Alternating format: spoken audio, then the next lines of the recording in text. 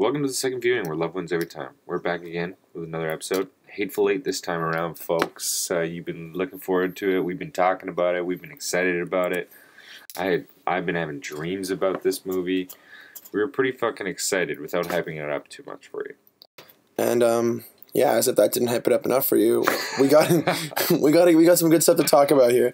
Yeah, we may or may not have just got I guess you could call it a leaked copy. Would you call it a leaked copy? I'd call it a preview. A sneak preview. Yeah, sneak preview. We got a sneak preview copy of the Hateful Eight here, and it was a good time. I think it was a bit of a journey. Maybe we'll put some backstory on how we watched it today. We kind of watched it in two parts. A little birdie of mine told me that the movie is split into chapters, so we were like, hey, you know what? It's Christmas Eve as we're recording this podcast here for you, so we kind of had family stuff to do, and I had to go to work and whatnot. So we cut it up into two halves. We watched the first three chapters, I guess, so maybe not quite halves, but you know, whatever. Yeah. Watched the first three chapters, and then we just sat down and watched the last two chapters. There's 5 chapters, I'm pretty sure. Last 2 chapters, and now we're gonna kind of like give you our thoughts on it. Basically, this is an after cast first impressions, thoughts on the Hateful Eight, and we're gonna. Wikipedia says 6 chapters, so come on, man. Is it actually 6 chapters? Black Man, White Hell. Oh, 6. Yeah. My bad. It's all good. It's all good. So, but yeah, basically, the first 3 chapters that we watched, you could say for the most part, except for maybe the last scene in chapter 3, was a lot of setup, a lot of prologue, a lot of it was setting it up. It was totally setting up the movie completely. But I thought it was cool in the way that like it set up the characters. Every character felt so likable. Not even likable from the get-go, but more so I felt like I knew every character very well, like within 5 to 10 minutes of screen time of each character. Yeah. They were well characterized for sure. And like spending such a long amount of time on that, I felt was really helpful to like understand what like, because once they all got into, you know, the same place, I felt like I had an idea of at least what half the people were going to be reacting to in the place. Also, I guess we'll forewarning when we get in depth in this, there will be a few spoilers. So I mean, if you don't want to hear the spoilers, maybe like heads up spoiler warning. We won't ruin too much, but like there'll be like the odd thing. We won't going to give it the ending or anything like that. But if you don't want spoilers, go and check out our video that'll be uploaded sometime soon as well. Yeah, that's a great plug there, Daniel. I like that. Yeah, so pretty much here. Yeah, as I was saying, once all the characters kind of came together, the ones that already had screen time, the ones that already kind of got development, I had an idea of how they were gonna like react and like treat one another in the cabin. That being said, the other characters were such a mystery to me, and it was really fun kind of getting to know them as well. You're talking about the characters that were already in the cabin before. Yeah, like Oswaldo and Joe Cage and right, because the first characters that you meet in the movie is in a what do they call it? Stagecoach. Stagecoach. Yeah. It's in a stagecoach, and that's on the way to Minnie's haberdashery. Which sounds a good one. I want to go there. Like, I want to know what Minnie's haberdashery is all about for sure. If we could visit Minnie's haberdashery, I feel like we'd have a good time. Dude, we got to head on down to northern Wyoming. Yeah, man. That's a monument now. It's Minnie's haberdashery. I wonder if that's an actual place. I like to think it is. I'm gonna hope that it is. Yeah. So we had some really really like first impression thoughts that we were kind of talking about, and we kind of came to the point where like this movie isn't like most Tarantino movies. It has a lot of Tarantino tropes, and it's very Tarantino-y, if you will. Like it's very like the script, the dialogue, maybe, or the gore. Yeah, the gore. Yeah, but you're right. It's not like Tarantino movies. It's not Pulp Fiction. It's not Django by any means. It's not Kill Bill. I was just gonna say, if anything, I would relate it a little bit to Kill Bill. Just a little bit. I think so. The way things are set up character-wise reminds you a little bit of Kill Bill. Okay. In terms of backstory and in terms of kind of like setting up for a big fight, I felt that way about it. Right. Maybe more so Kill Bill 2 than 1, I would say. Yeah. I can see how it would be similar to that in some ways, but still. But overall still super different. Like it's totally a standalone. It's very much like we were talking about before. It's a whodunit situation where it's a bunch of developed characters in a room together, and there's a clear problem or a clear there's motive basically. Yeah. There's a clear motive, and you. But there's just more to know at all times. It's, totally. It's never obvious, and it's never fully revealed until it is revealed, kind of thing. Right. And I guess we can speak about kind of what the movie revolves around, which is the bounty of Daisy Domergue, who is wanted for $10,000. And so John the Hangman? John Ruth the Hangman. John Ruth the Hangman. He played by Kurt Russell fantastically, may we add. He wants to bring her in and collect his bounty, and on the way he meets a motley crew of characters that kind of nutty hijinks ensues, basically. Yeah. But it's the kind of movie where like you said, man, it is a whodunit. It's like, okay, what's really going on here? There's some underlying stuff that other underlying plot points that you don't have any idea what's going to happen. And when it's revealed in a really cool chapter 5, which is kind of like a flashback. Yep. It's called The Four Passengers. That's when you kind of get an idea of what's really going on, and you start to the movie kind of comes to this together. Yeah, it pieces together in a cool way that you don't necessarily see coming, but at the same time it makes sense. It's just you don't see it coming, but everything feels as if oh, I should have known that. Oh, I should have saw that coming. Right, exactly. It's one thing that I put together was, you remember when John Ruth the Hangman gets OB together, which is the stagecoach driver. Yeah. He gets Daisy Domergue is there because she's handcuffed to John the Ruth Hangman, and then he also gets what's his name? Samuel. What's his character's name? I can't remember. Wayne, or was it? Looking for it. Walter Wayne. Yeah, Major Marcus Wayne. Warren. Sorry. They call him Warren for the most part. So he gets Marcus Warren. Daisy Domergue's there. Obi, the stagecoach driver.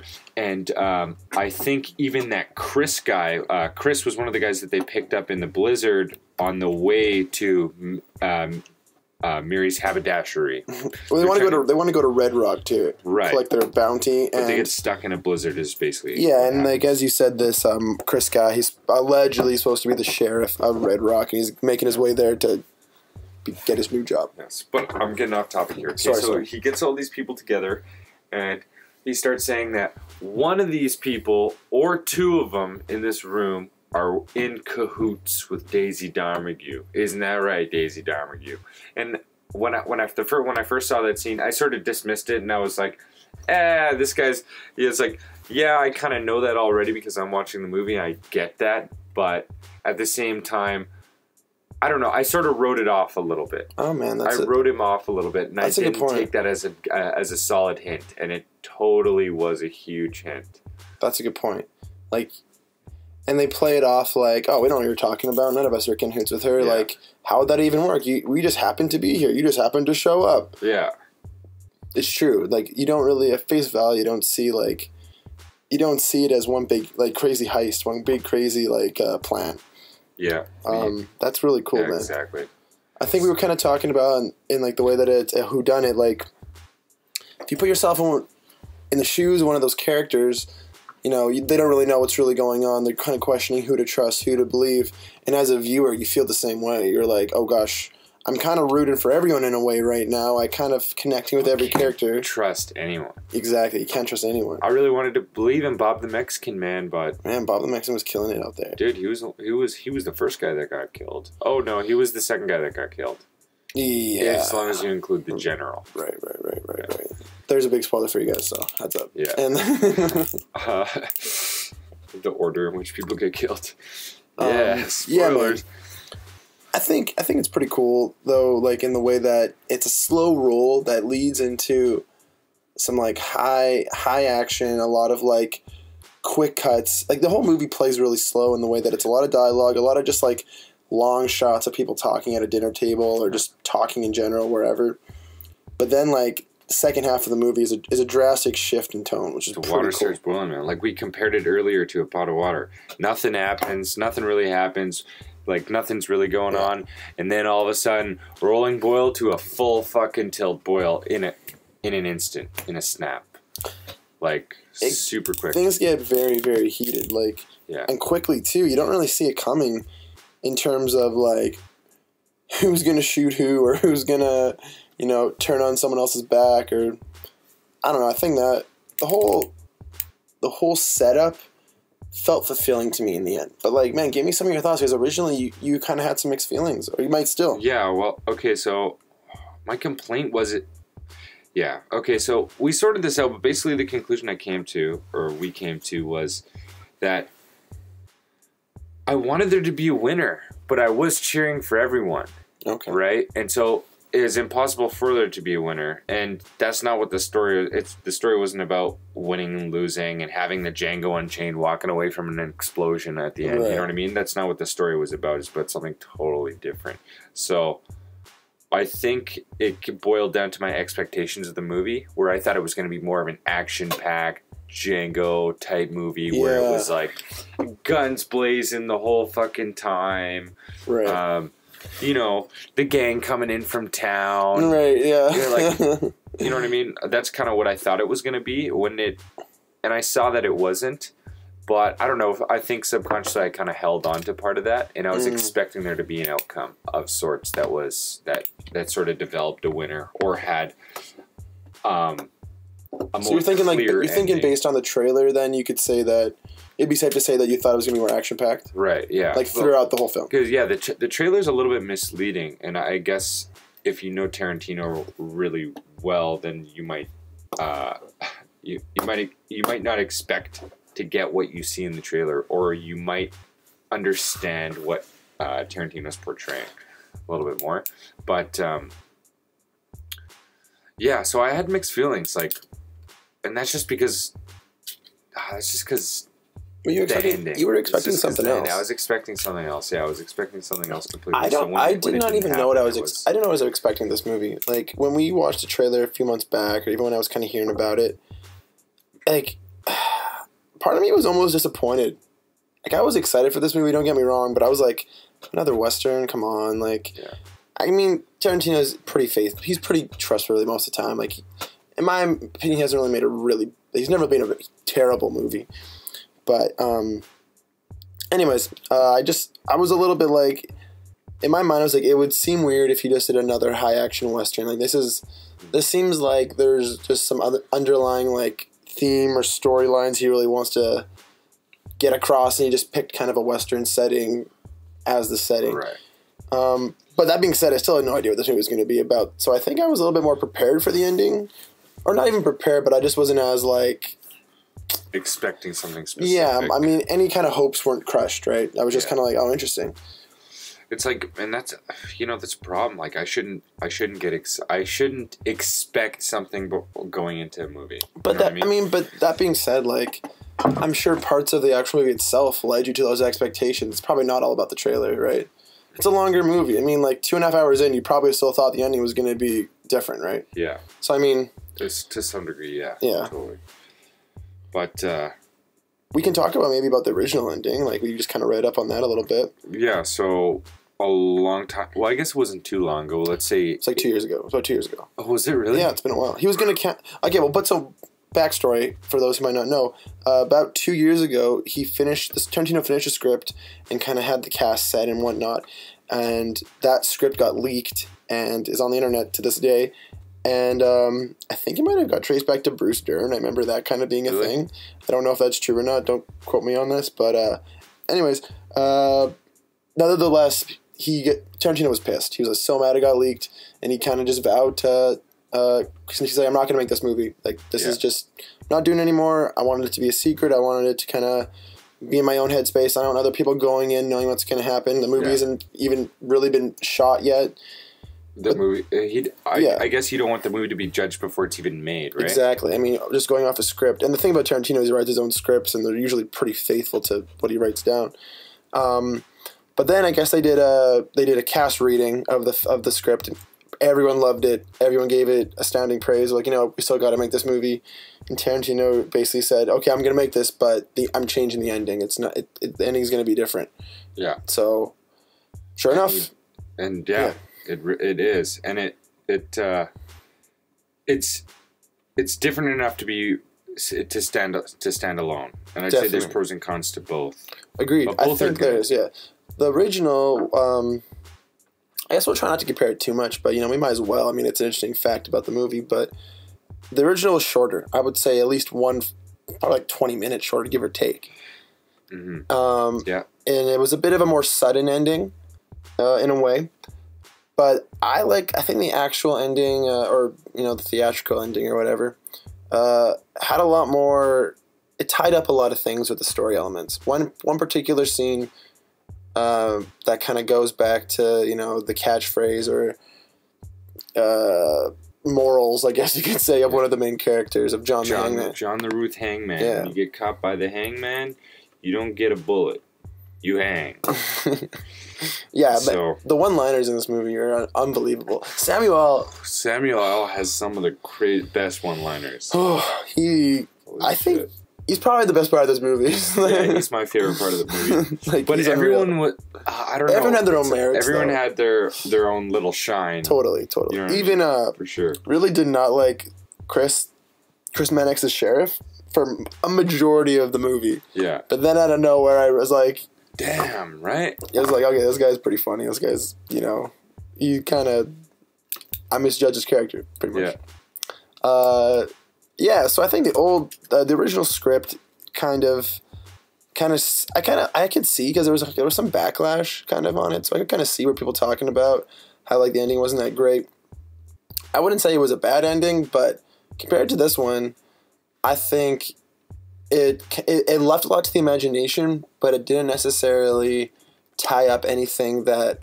Well, I don't know. Maybe even tying up isn't the right word. It didn't elaborate on certain things that I think benefited from it on this version. And I think what you were saying before when we were talking about this off camera was it came full circle. The hanging thing. Right. The fact that Daisy Domergue did end up hanging at the end of the movie instead of taking a bullet, taking the easy way out. Right. That John the Ruth Hangman, what the movie's about, taking this bitch to go hang in Red Rock. His wish came true that she hung. The only thing that didn't come true is him being alive in the 10 Gs, I guess. Right? I guess, But she hung. She hung. She definitely did. She got caught by the hangman. she fucking hung. So. Oh, man. That's, I think that for me felt so justifying. I was like, okay, and the two characters that did it and the two characters that, kind of accepted their fate near the end. I was like, those are the characters we started the movie with, and those are the characters we ended it with. And I felt like that for me felt like a good beginning and an end. Yeah. Yeah. That's kind of. I agree. Yeah. Totally. Yeah. That being said, it still is a little bit of a sudden ending in some ways. Yeah, it feels sudden because I think there's so much shit happening. Yeah, totally. Just it's it slows down really quick. Let's just say, you know what I mean? It was slow in the beginning to get rolling, and then all of a sudden it's like someone dropped a couple ice cubes in that boiling kettle. The boil stopped instantaneously. Yeah, you're right, man. It did feel that way. It cooled off really quick, but I think it was a nice addition. It worked out really well in the end.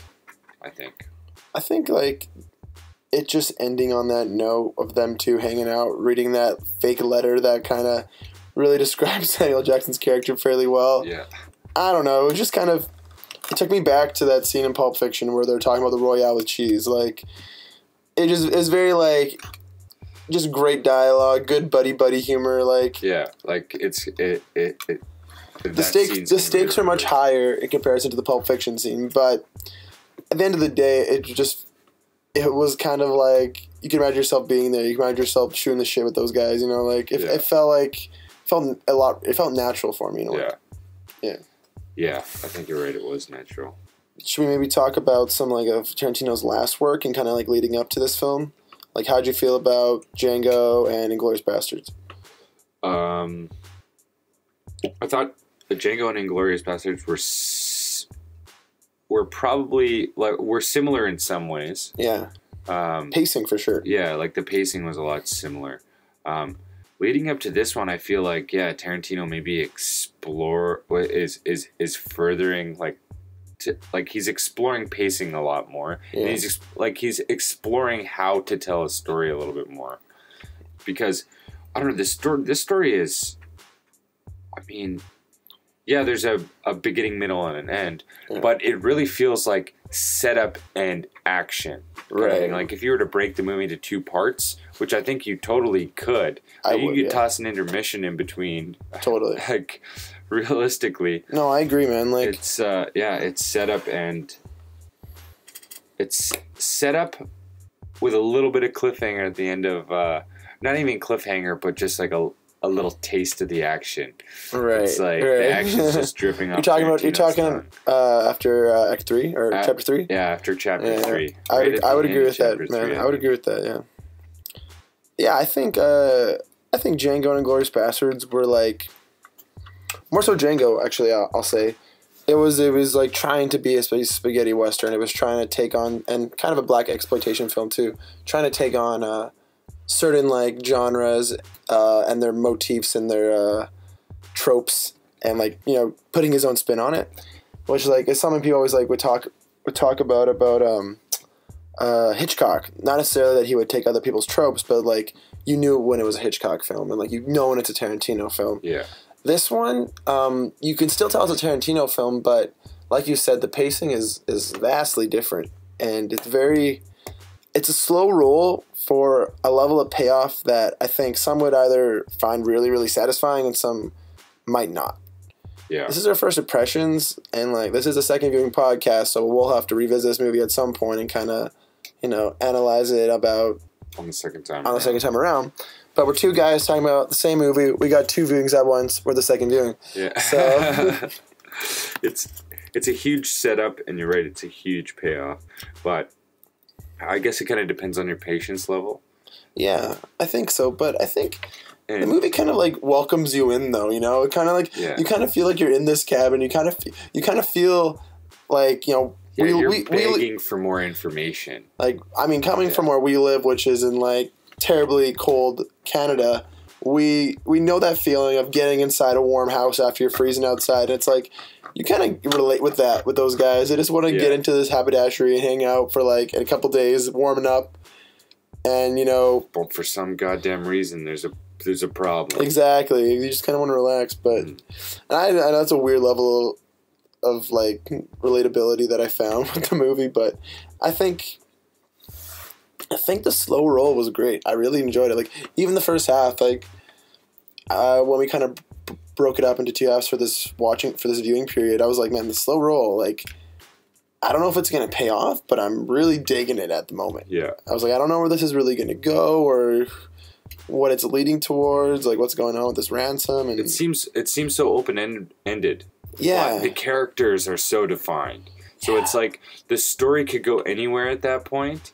But as far as the characters go, they're definitive in some way, right? They are. It's like you don't understand their backs. You don't understand their position on the current problem necessarily, right? Or sort of where they stand within the cabin, but you kind of get who they are. I think you're right. And like I guess I kind of said earlier here, like I didn't really like Chris Mannix a whole lot at the beginning of the film, but at the end I did. That being said, the actions and things that he does at the end of the film don't seem out of character. No, it's just kind of like, oh shit, it just comes this is going on. Yeah, it comes to light. It doesn't. I guess I may have said it was. I thought it was out of his character, but looking back, that all felt commonplace to me. I was just like, oh, okay, he's doing this now. Okay, like, yeah, it was kind of cool. It's like Chris Mannix when they first picked him up.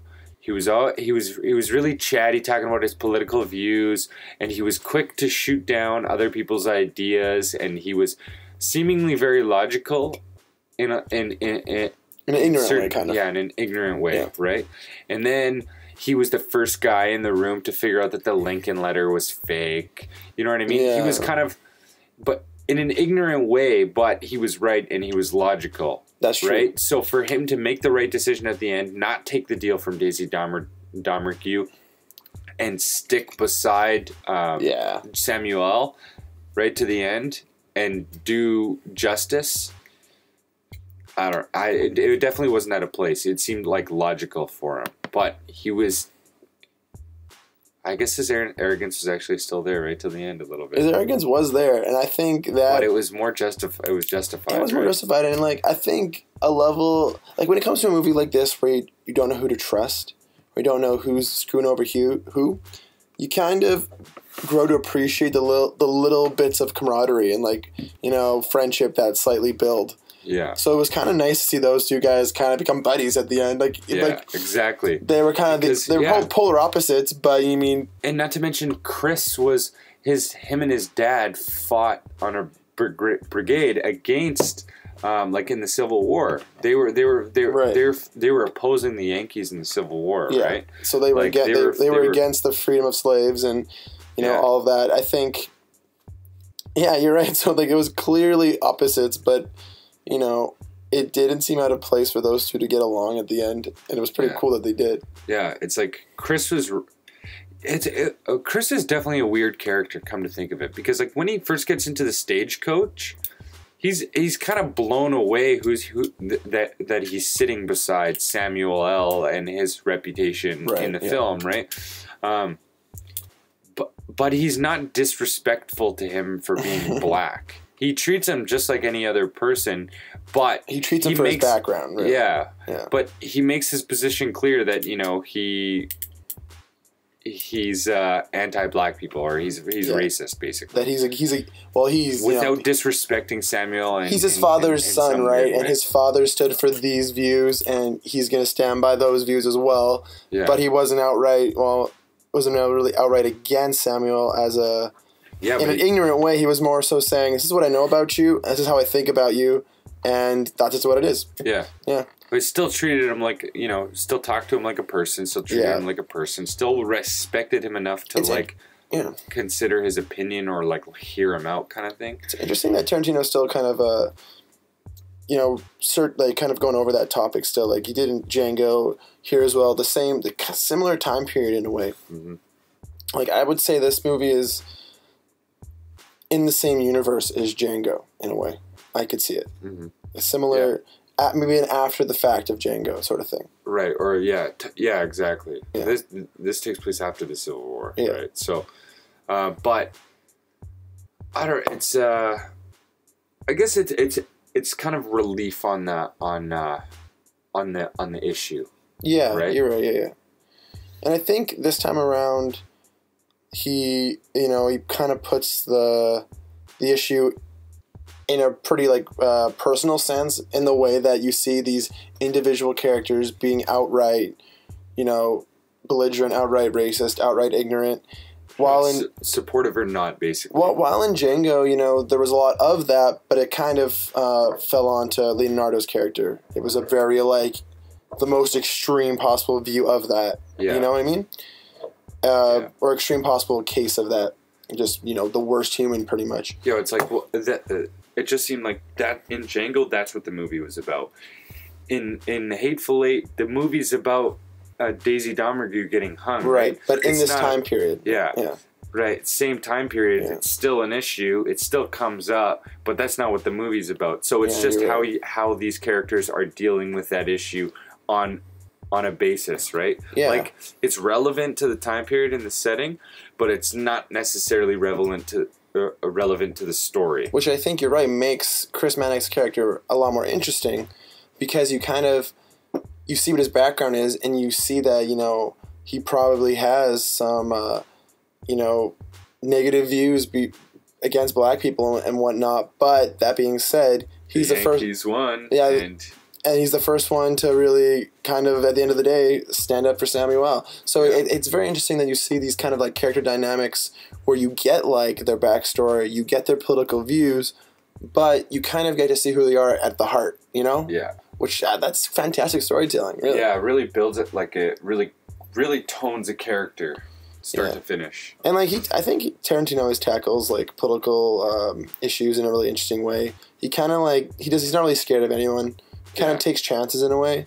Sometimes a little maybe too far for some, but I think in this movie in particular, it feels like it's at a real place. It's at a real like homegrown like. It feels really natural. It doesn't feel like he's forcing these thoughts. Which I'll be honest, sometimes it felt a little forced in Django for me. But I think that was just to get the point across. Yeah.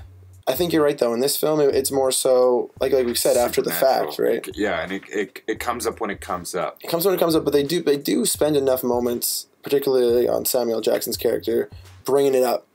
But like again, like it's just very after the fact, and it's like you have to realize that it's all these ignorant, cocky white men against one like ignorant, cocky black man. So what's gonna happen, right? Like you could almost compare it to today's. Like at this period that Tarantino's making this film, and based on the political views that these people are giving off, like I don't like justify it, but like you get it that these people are saying these awful things, and because of that, it feels more natural in the sense that you see Samuel reacting to it in a way. He explains why he has this Lincoln letter, and I don't know, in a way, like I think Tarantino got a lot of backlash for Django, and I think this was almost kind of him like talking back at those critics and saying, "This is how things really were. This is how evil people were back then. This is how people still talk to this day." Is it right? No, but we're gonna put it in the light. We're gonna put it in the limelight. Make it accurate. Yeah. Like I don't like. It's not like I expected these people to act or talk that way, or not that I like justify it, but it's like the way they describe their like backstories, and they kind of describe how the war went, and they bring up the war a lot. It's like, damn, this is bigger than this movie at this point, but it's still in the movie, and it doesn't feel forced, which I think is good. Right. And I mean, Samuel's just like kills it in this movie, and he has such a good sense of the time and place and how he wants to be perceived as a person and perceived as a bounty hunter. Yeah. It's pretty wild, man. Okay, well, I think it's about time where we take a short break. Yeah, we'll come back after this. Yeah. And we'll have some more thoughts on the Hateful Eight and Tarantino and whatever else we really want to talk about. So we'll catch you in a little bit. And we're back. We're going to sum up our thoughts on the Hateful Eight, sort of go over what we said, and we're going to move into some other important movie stuff that needs to be discussed. Very important. This is dire straits. This is money for nothing. This is important stuff. This is dire straits. Dire straits. Let's leave it there because that's awesome. All right, so, man, Dan the Man, what's the thoughts on Hateful Eight overall? Okay, so we talked about the fact that it's pretty much half action, half setup. We talked about how Tarantino is like telling a story in a totally different way. We talked about relatability to characters, knowing the characters inside and out, seeing their true colors come through and shine throughout the film. We talked about sort of our brief thoughts on the ending. And I think it's safe to say that this lives up to any other Tarantino film, if not surpasses some of them in my eyes. So do you think, like, now that you've had maybe, like, roughly half an hour to think about it, like, you like this movie more than you did? I liked it more than I did initially. All right, cool. I think it's only because I recognize now maybe why I was shocked at first, but I also recognize that it definitely had an effect on me. Like, when the movie was over, I was like, fuck! I was upset about it. I was right. No, it definitely had an effect on me. Like, it definitely, it definitely affected me in a good way overall. In a good way. Yeah. That's cool. Yeah, honestly, my thoughts, like, pretty similar to yours. I think this film really was a good study of, like, 8 awesome characters, like 9 awesome characters, right? And I think... That's a good way of putting it. I think you look at, what it was set up to be, all these people in one setting, all these people interacting with each other, you throw a bunch of people in a room, what's going to happen?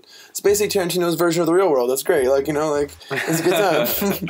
But, no, I mean, whatever. But, yeah, no, overall, I think this movie is a really great payoff. Like, that was honestly my first thought. I was like, man, like, that slow roll into that incline and kind of a bit of a drop down even, like, it felt so, like, satisfying. It was like, this was a story. Yeah.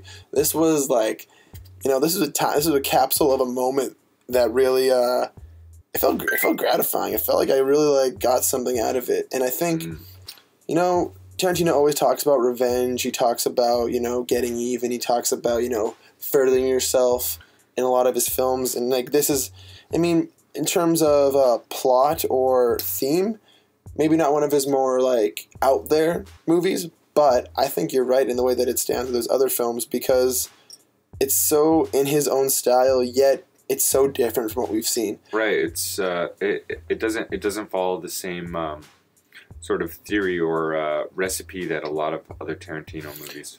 And honestly, man, I was reading an article yesterday or 2 days ago about this film, and the biggest thing they talked about was, oh, it's just the usual Tarantino thing. It's the same thing what you'd expect from him, but longer and too long. And I was just kind of like, okay. So I kind of had that in my head going into it, and then, like coming out of it, I'm like, no way. Yeah, it was obviously a Tarantino movie, yes, but I don't think it was. Yeah. I don't think it was too much of his own style, nor do I think it was like every other film he made. So I mean, I would rate this highly too. I think listeners out there, you guys should definitely check out The Hateful Eight. It was one of our most anticipated movies, if not our most anticipated movie of the year. We were really excited to check it out, and like we think you guys should too. So definitely look into it. It stands on its own. Yeah, I guess. Excellent. Yeah, Tarantino exploring some new techniques. You can't go wrong. Some like release stuff. Like if you guys want to check this out, this should be out Christmas Day for you on 70mm. If you have a theater showing it 70mm. If not, it's premiering January 1st, and we'll have a few midnight releases around on the 31st as well. Keep in mind, it's not going to be Jack and Jill, but like it'll be damn close. Also, yeah, the 70mm version is 20 minutes longer, so I'm really interested about that. What is cut out between the two versions? So what's it called? The road version? Yeah, the Roadhouse version. Something like that. Hold on, yeah. Let me bring this up. Road trip version. It's the road trip version with JoJo. So no, the road show version is 187 minutes. The general version is 167. I'm going to take the assumption and say that the 70mm version is the road show version, and the general version is the kind of wider release. The one we watched tonight was the 70mm, and how long was it when we checked? Was it? It wasn't. It was shorter. Actually. It was shorter. So I think maybe that was just part of the opening credits. Right. Where it said shot in this. Right. Yeah. Yeah. But anyways, yeah. So that's Hateful Eight. I think you guys should check it out. I mean, if you're not watching The Revenant or Star Wars or whatever else is coming out, you should definitely check out Hateful Eight because, I mean, honestly, I think, people always kind of try to order Tarantino's films from best to worst, and I'm not really going to do that right now. That's for another episode, but, I mean, I would put it up there with one of his highest because I think he took a chance on trying to focus on one setting and and a more linear dialogue. Usually his movies are always going back and forth everywhere and here or there. And in this movie, there is one huge section where they do go backwards, but it's in the same setting, in the exact same cabin. So it feels very in place, Yeah. So it's definitely a standalone Tarantino film. Yeah, and I mean, it cost, roughly $30 million less than Jack and Jill. So that's a good sign, right? I mean, yeah. I mean, it's cheaper than Jack and Jill, but does it beat Jack and Jill? Mm-mm. There's no Sandler, so I mean... There's no Sandler. I mean, Samuel L. Jackson is damn close, but he's definitely no Sandler. He's no Sandler. Like, I mean, who is Sandler these days besides Sandler? Other than that, yeah. Okay, so make time for The Hateful Eight, folks. Go and check that out because please watch it. It's we want people to see this because we want Tarantino to make more movies. We want people to, have a good reception to it. So that's our closing thoughts on it. But we're gonna move on to some other exciting shit that's happening in the movie world. I think, I'm just going to ask you straight up, any other good films you've been checking out lately? Or any things you've been, watching, TV, games you've been playing? What's the vibe? Well, we were talking about Ant-Man earlier. I saw Ant-Man. Finally, it came out on DVD. I know it's been out. Yeah, exactly. It just got released on DVD, though, so, I mean, whatever. Semi-recent. So, I was doing some travels. I came across a guy that worked on the movie, and he didn't exactly speak highly of it. Right. He didn't say it was bad. Yeah. He also didn't say it was good. So I was a little skeptical, and then, some other shit I've read online, some other reviews I've gotten from other people, I kind of just it just killed my excitement for the movie. Right, yeah. But I buckled down and watched it because I had Buckle up, buckaroo. I had The Revenant and I had Hateful Eight staring me in the face, but I couldn't watch them yet. So I had to watch something. So I watched Ant-Man. Gotta say, I was pleasantly surprised. Cool, man. Paul Rudd does a pretty good job. Love Paul Rudd. Dude, love that guy. Paul Rudd is he's hilarious. And he's hilarious in this movie as well. That's cool, that's cool. Also, like, his heist buddies are also quite hilarious. Isn't T.I. in this movie? T.I., the rapper T.I.? I heard that. I don't know. Alright, I could be wrong. I don't, no idea. I haven't seen the film, sure I know what T.I. looks like. He's the king. He's the king. He's the king. Yeah, the king. Fucking no, but Ant-Man was pretty good. It was pretty funny. There was enough action to leave you satisfied. It was maybe a little bit predictable, would be the only thing. But it followed the classic superhero formula, and it was funny. Yeah, and as far as I'm concerned, that's a good movie. Like that's what you were looking for. Right? Yeah, that's what you're looking for. That's what you're expecting, and I think that's what they set out to do, and that's exactly what they did. And you can't really complain about that, right? Like if that's what you're going into a movie wanting, like what you like. I mean, there's some awesome superhero movies out there that have exceeded my expectations, but there have also been some that I had expectations for and they just did not meet. Yeah, like Iron Man 3. Or like, what, really? I did not like Iron Man 3. Man, I love Iron Man 3, straight up. Really? Iron Man 2, not so much. Wait, Iron Man 2 is the whips? The yeah, whip guy? Iron Man 2 is whips That's guy. the one I'm thinking of. Oh. The whips. Yeah, Iron Man 2, not so good. Have you seen Iron Man 3 with the Mandarin? No, maybe I haven't then. Oh man, you should watch that, because that's a pretty, that's one of those films that's really, people are kind of in the middle. People really hate that movie or, like, really like it. Because there's a twist. I don't want to ruin it for you because you should check it out. Okay. There's a twist that is pretty jarring. Well, like, kind of jarring. I think, anyways, just watch it. It's a good one. Gotcha. I haven't watched Ant-Man, man, but, like, you're telling me about it, like, I want to check it out. I've always wanted to. Like, I've been interested in it, and I've been interested in it enough. It's definitely been on the radar. That's for true. Sure. It has been on the radar, but maybe now I'm more lucky to check it out. You know, it's on home release and whatnot. But, cool. I think that's good. I think it's cool they're kind of giving, like, one-off movies, like, away from the universe that they're kind of creating. Mm-hmm. Like, it's nice that, you know, they're doing the whole Avengers thing and they're kind of building on Captain America and building on Thor and Iron Man and whatnot. But it's nice that they're doing the one-offs, like Ant-Man and shit like that, or even Guardians of the Galaxy, stuff like that. Actually, I feel like there's going to be a spot for Ant-Man eventually. Well, he's in the Avengers, right? Or am I wrong? I don't know. I'm not a huge Marvel comic book guy, to be honest with you. I don't know a lot. Don't keep up with any. I have been reading Civil War, though. And I'm really excited about it, although I hear that none of the Civil War comic is probably going to be the actual Civil War movie. Which is too bad, but, well, not none of it, but some of the better points. Well, what was I going to say? Ant-Man. Okay, so in the movie Ant-Man, there's some pretty hilarious Avengers jokes, actually. Oh, yeah? Yeah. I like that. Little hits like that, that's good. And they also take some hits out on Tony Stark as well, like Iron Man. It's funny because... okay, so little spoiler alert, nothing much. Little quick scene out of Ant-Man for you right here. But the guy who created the Ant-Man suit and who's training Paul Rudd and helping him out, and Michael Douglas, right? Michael Douglas, yeah. They need some specific piece of equipment that supposedly Tony Stark has, and so they make jokes about it. Oh, it's Iron Man. He's got a metal suit. Be easy to break in. Just get in and out. It's no problem. No worries. It's freaking Iron Man. You beat him in a second, kind of thing. They make some jokes about that, and then they go to invade the fortress. It ends up being in an Avengers shack, and they're like, oh shit, we're fucked now. We can take on Iron Man, but we can't take on the Avengers. Oh, that's funny. That's hilarious, man. So, yeah, that was pretty hilarious. I'm going to have to check that out then. That's pretty cool. I've been meaning to watch that, but I've been seeing... I checked out a few films lately. I watched Macbeth twice, actually, and I won't say too much because we're probably going to use it for an upcoming episode here. We might even talk about it on the cast here, but more in depth. But yeah, I actually ended up watching it twice, and like I'm not a huge Shakespeare guy. Well, like I appreciate Shakespeare enough, but I mean, I haven't even like revisited the story of Macbeth for like 5-6 years. So I got half of it mixed up with Hamlet, and I'm watching this movie and I'm like, God, what the fuck is happening? Like, this movie looks amazing, but like I'm lost right now.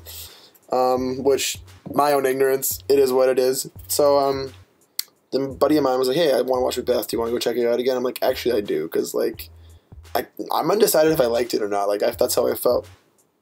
Went and checked it out again, and now that I kind of was like more on pace of what the story was about and whatnot.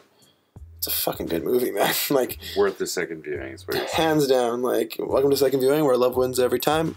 You should also check out Macbeth because it's a hell of a time. But no, like actually, like in terms of cinematography, that movie is unreal. Like unreal. Like the colors, the color palette, the color scheme is so good. And I mean, like Michael Fassbender's Macbeth is a natural choice. The guy freaking did Macbeth on Broadway, as far as I was being told the other day. He kills it, man. Michael Fassbender. We'll probably have a Michael Fassbender cast coming up here soon because we have a lot to talk about him. Fassbender's killing it. We're Fassbender fat boys. We'll be honest. Yeah, we'll be upfront about it. But like, purely because of his performances, not because of any bias. No fandom, no bias. He just kills it in every movie he's in. Yeah. Or at least the ones I've seen. There's a few I haven't seen, like The Counselor and Steve Jobs. Steve Jobs, yeah. We've been meaning to check those out. But anyways, yeah, freaking Fassbender kills it as Macbeth. There's 2 fight scenes that are kind of in his perspective, not point of view perspective, but from his own character perspective. And God, those are some of the best scenes of the whole movie. And Marion Cotillard kills it as Lady Macbeth. Just kind of like the atypical like female role, and like it's kind of like I would say it's a turning point in her career because she's amazing at it, and she almost outshines Fassbender in some scenes. Like she's really good. Yeah, she does actually crazy. In some, honestly. Yeah, so like again, I don't want to say too much about Macbeth because I think we're probably going to talk about it more once Daniel checks it out, and we'll talk about it another day. What's that other movie that we wanted to check out recently? Legend. Oh yeah, Legend with Tom Hardy. Yeah, apparently that's a pretty good one. Like Tom Hardy. He plays 2 roles, twin brothers. Tom Hardy. Yeah, it's like a gangster flick, and I don't know. It seems kind of cool. It seems kind of fun. I don't know. We'll probably check that one out. Interesting, yeah. Oh, one movie I did see was Room. Not The Room, but you guys should definitely watch The Room because that's a good time. Room with Brie Larson. Yeah, that's a pretty crazy film. It's about if you guys don't know, it's about a woman who is kidnapped at like 17, has a child with her kidnappee, and raises the child in a shack in one single room for 5 years.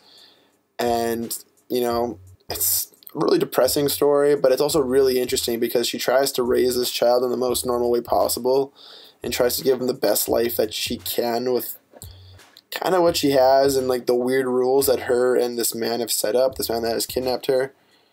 And she's like a grown woman at this point, and she's just trying to take care of her kid, but also trying to take care of herself. I don't know. It's a really interesting story. The first half of the film is like breathtakingly amazing, and the second half is good, but is it based on a true story? It's based on a true story, and it's also based on a novel. So you can check out the novel. The screenplay is based on a novel, as far as I know. But yeah, no, it's a heartbreaking story, but it's really good, and I think it's worth a view, honestly. Brie Larson gives a killer performance. She's a really good actress. She was in Short Term 12, if you've seen that, or The Spectacular Now, or 21 Jump Street. She's kind of been under the radar, but this is kind of the role that's kind of definitely giving her some more attention, and yeah, I think it's good. I've been trying to catch up on some of the Golden Globe nominations, so that's what I'm doing. I work at a movie theater who plays a lot of art house films and whatnot, so we're getting some of those playing right now. Also watch Spotlight. That's a killer movie. That's probably up there with me right now. Yeah. For one of the best movies of the year. That's up there with Mad Max and probably Hateful Eight for me right now. Really? Like the best way I could describe it is like an amazing episode of like SVU or like CSI. Like I know that kind of sounds silly, but like think of it as like the best episode of that you could ever imagine put on screen, because it's just it's a story about a newspaper, the Boston newspaper, Boston Globe, discovering all of these priests that have sexually assaulted children over the course of like 50 years. Right, they're put into the spotlight.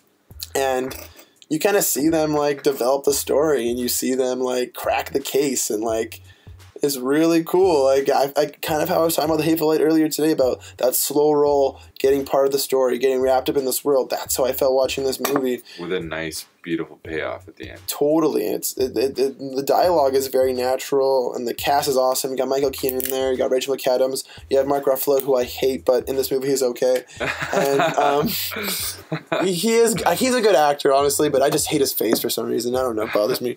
But oh, what else do we need to talk about? We need to talk about the fact that neither of us have seen the new Star Wars movie. Yeah, actually, I'm watching Star Wars today with my family, so I'm pretty stoked on that. So hopefully it'll be good. I've read nothing about it. I've been trying to be clean.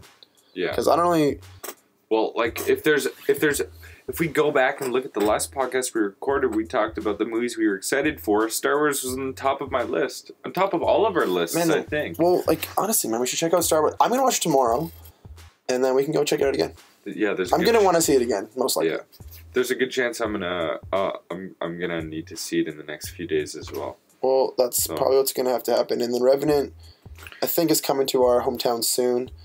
If not, we may have got a preview copy of that as well. So yeah, like a totally legal copy and everything like that. Like it's very legit, and we paid real hard cash for that. Just fucking kidding. We're in Canada. We're torrenting illegal. What? Don't care. Yeah, but like it's kind of fun that all these movies are coming out now. Kind of feel like 2015 has been a weird year for movies in a way that like I feel like I've seen a fair amount of movies, but not a lot that have blown me away a lot. But you know, it's Oscar season, so they always release them like November, December, January. Specifically this year in comparison to last year, it's like... Yeah, totally, man. Yeah. Like what was our biggest movie this year so far? Mad Max? That's probably it, hey? Yeah. That's just the only movie that really killed us. That's the only thing that really comes to mind. Which, at this point, is still high up on my list, because that movie... Oh, yeah. I just downloaded... I just purchased another version of it. Well... Anyways, guys, thanks for like listening today.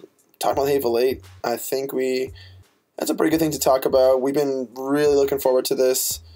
Thanks for checking out the Second Viewing podcast. We're gonna have more stuff coming up regularly. We're also gonna have a video of our thoughts on the Hateful Eight that you can check out on YouTube and whatnot. Be sure to subscribe on iTunes, Facebook, all that stuff. Do it up, you know how it is. This is Kyle signing out. This is Daniel signing out. Thanks for coming, guys. Talk to you later. Easy.